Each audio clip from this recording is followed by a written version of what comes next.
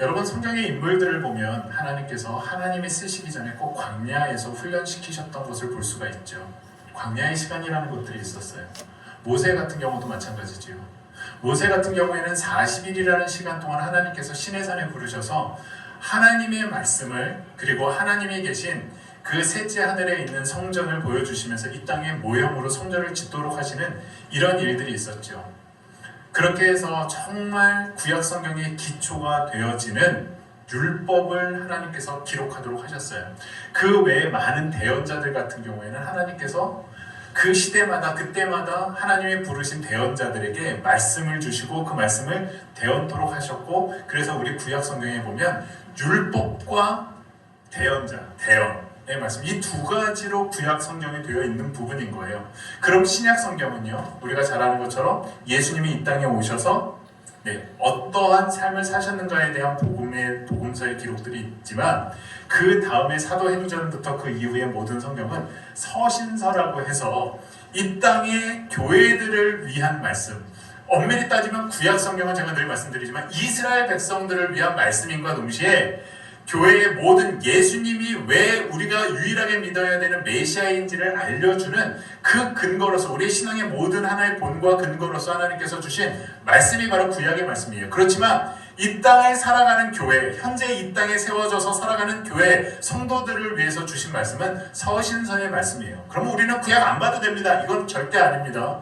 성경은 구약과 신약이 짝을 이루어서 풀어가야 되기 때문에 구약과 신약 말씀은 다 우리에게 있어서 소중하고 다 한자 한자 빼놓지 않고 봐야 되는 말씀들인 거예요.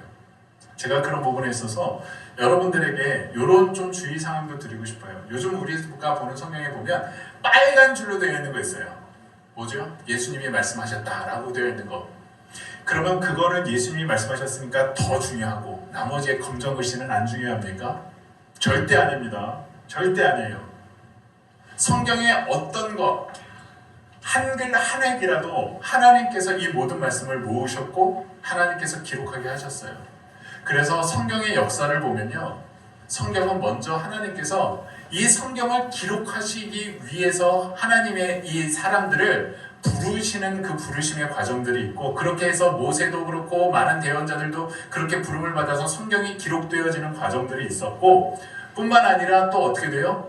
성경을 하나님께서 보존해 주시는, 하나님의 말씀을 보존해 주시는 그 역사가 있었고, 지금 우리가 살고 있는 이 시대는요, 하나님께서 모든 사람들이 하나님의 말씀을 읽고 구원받도록 번역과 그 나라의 언어로 이렇게 다 번역해 주시는 이런 역사들이 쭉 있어 왔어요. 그렇기 때문에 이 성경의 역사라는 것은 하나님께서 정말 놀랍게 하나님의 말씀들을 이루어 오시는 역사예요. 성경에서 말씀이라는 것, 우리 기독교에 있어서 말씀이라는 것은 가장 중요한 신앙입니다. 신앙의 척도가 다른 거에 있는 게 아니에요, 여러분. 우리 기독교의 신앙의 척도는 다른 데 있지 않습니다. 그렇다고 해서 말씀을 열심히 공부해서 성경 퀴즈대에서 말씀을 많이 맞추는 이런 거라는 얘기가 아니에요. 말씀을 알지 못하고선 우리는 하나님을 바르게 알 수도 배울 수도 없어요. 우리의 믿음이라는 건 하나님에 대한 믿음인데, 하나님에 대한 믿음이 어디서 와요? 갑자기 내가 막 있으니까 하나님께서 나에게 말씀을 해주시고 뭔가 신기한 것들을 보여주셔서? 아니요. 여러분, 성경이 기록된 이후에 하나님께서는 그렇게 말씀하시지 않는다고 얘기를 하세요. 우리가 히브리서 말씀 가운데도 1장 2절에 보면 마지막 때에는 그의 아들을 통하여서 말씀하신다고 하죠.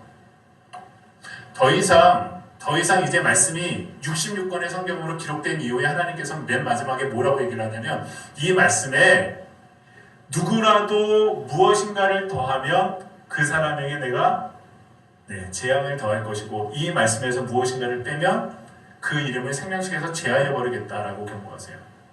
성경은 하나님께서 딱 모든 계시의 말씀을 완성하시고 난 이후에는 더 이상의 어떤 계시를 통해서 하나님의 섭리를 드러내지 않으세요. 제가 지난 시간에 하나님의 섭리 얘기해 드렸어요. 섭리가 뭐예요? 하나님이 미리 아시고 계획하신 가운데 이루어가는 모든 것, 역사, 그걸 섭리라고 한다고 했죠. 하나님의 섭리는 66권의 성경을 통해서 완성되었단 말입니다. 다 계시되었단 말이에요. 그런데 여기에 무엇인가를 더하려고 하면 뭐예요? 그건 가짜예요. 또 여기서 무엇인가를 빼면 뭐예요? 그것도 가짜란 말입니다.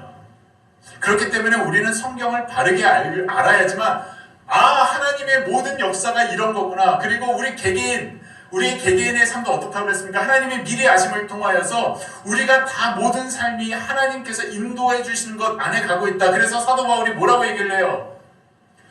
내가 하나님의 그 섭리 가운데 있다는 걸 알고 나니까 내가 부할 수도 있고 가난할 수도 있고 내가 잘 될 수도 있고 어려울 수도 있고 이 모든 것들이 나에게 있어서 크게 중요하지 않아. 의미 없어.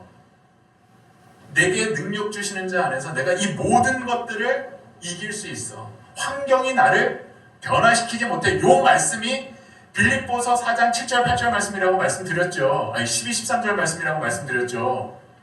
그러니까 여기서 내가 능력 주시는 자 안에서 모든 걸 할 수 있어. 그러니까 뭐 갑자기 내 사업이 안 되는데 내가 기도하고 뭐 하고 나니까 그래 갑자기 나에게 뭔가 힘이 솟고 지혜가 솟고 계시가 쏟아져서 내가 안 되던 사업 잘 되고 이런 거 아니란 말입니다. 네? 그런 거 아니에요. 우리가 환경이 어떠하든지 간에 믿음으로 우리가 이 환경을 뛰어넘을 수 있다는 것이 바로 사도 바울의 고백이고 하나님의 섭리 안에서 살아가는 우리 그리스도인들의 고백이란 말입니다.